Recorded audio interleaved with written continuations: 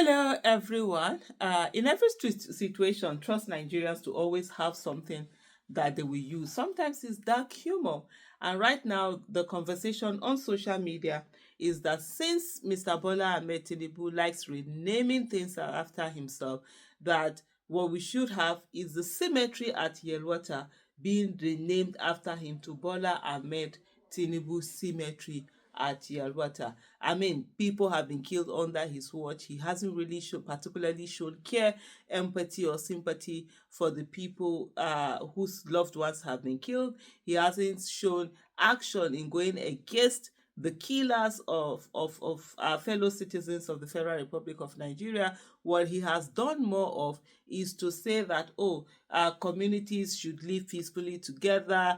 Leaders, political leaders, and other leaders should be mindful of the kind of statement that they make. You've not seen him sort of like go after the terrorists, themselves. And a lot of people are saying, well, it is time because all of these killings are actually on him, on his failure to protect citizens, even after truncating their mandate and rigging election to be declared as president and the federal and commander in chief of the Federal Republic of Nigeria. We've seen the killings that have gone on in Yelwata, very gory sights, and the different stories that are coming out of there. When you talk about, when you see the personal effect, the personal grief, it becomes so unbearable that you don't even know how the survivors are feeling, how they are able to cope on a daily basis. And so citizens are saying, yes, give him that. That is what he wants. Uh, that is what he wants to see, and so let him also take that name. There've been a lot of conversation. If you see the kind of things going on, like for example, this one is talking about a 10-year-old month baby, Tagule Aya, who miraculously survived the brutal attack by suspected Fulani herdsmen in Yelwata Guma local government area of Benue State. He has been reunited with his father at the Benue State University, teaching hospital. That's quite a heartwarming, story coming out of this tragedy. But then the question that you need to ask is, where is the mother? And, most likely the answer would be that, the mother had been killed. Someone here shared a post from Bola Ahmed Tinubu that he did about 11 years ago, and that was on the 9th of September 2014. He said the festering Boko Haram attacks on the northeast and the massacre of innocent citizens is concrete proof that Nigeria has no government. And I can tell you for free today that Nigeria does not have a government.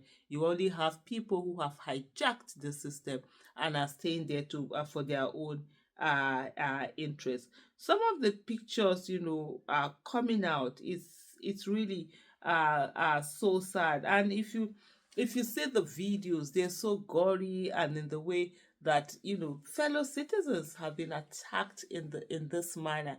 And one thing that many people do seem to forget, and which I never I never pass an opportunity to remind us all, is the fact that yesterday's victims were once survivors.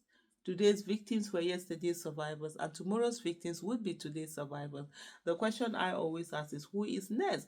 For those who don't understand what I simply said, it's because when the last attack that happened, the Yelwata current victims, the over 200, they were not attacked, and so they were survivors. But guess what? When their own happened, they who were the survivors of yesterday became the victims. After this Yelwata attack, we've had several attacks across Nigeria where people have died. We've had attack in Benue again. We've had attack in Taraba. We've had attack in Borno. We've had attack in, Kano. We've had attack, I think it was Enugu. There's another eastern, I think it's yeah, there's another southeastern country within 72 hours of each other. That's when these things are happening. And so the people who are the current victims, they were once survivors and they didn't know it's going to be their turn. And so if nothing is done, the next set of attack that is going to also happen is going to be those of us who are alive, and you don't know where that thing is coming from. And I always try to remind us all that look, being a victim in Nigeria is no longer a matter of if you will be a victim, but a matter of when you will be a victim, because the victim card is going around and we are all victims, waiting for to happen. Judith Atibi, questioned the kind of leadership that looks away from grief. And this was the question she was asking: who cries for Benue? Who stands for Yelwata? Was it the president? The one who flew all the way to Benue State only to cancel his visit to the massacre site at the last minute, citing bad roads and heavy rains? Is that the person who is crying for the victims in Benue? Definitely not. That's someone who focuses on his own selfish interests and is not even caring. There's no empathy, does not care about the social contract between people and government. But anyway, what at the end of the day, you know that people don't rig election for them to come and give people good governance. And then you see a particular conversation also about a lady that lost all her 5 children. And she also lost her mother at the recent Yelwata massacre in Benue State. And the person who tied it said the pain is so deep and piercing. How do you console someone like this? How do you tell her to reconcile with those who wiped out her family? And that's the thing. You tell them to go and reconcile with terrorists who are killing them, who take people out, who don't care. How? How is that even a possibility?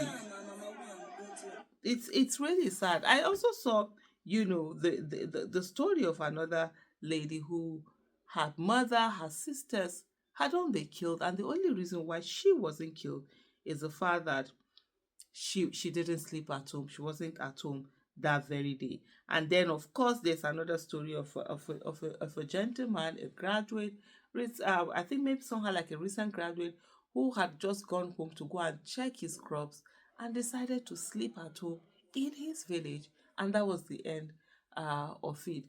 So when people try to make this a farmer herders something, no, it's not a farmer herders crisis.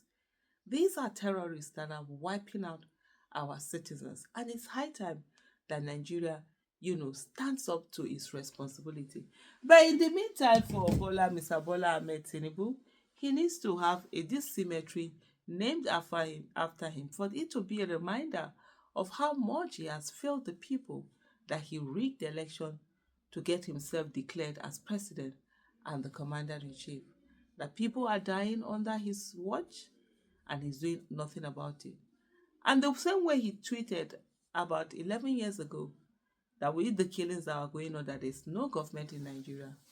Indeed, there is no government today. Thank you for watching.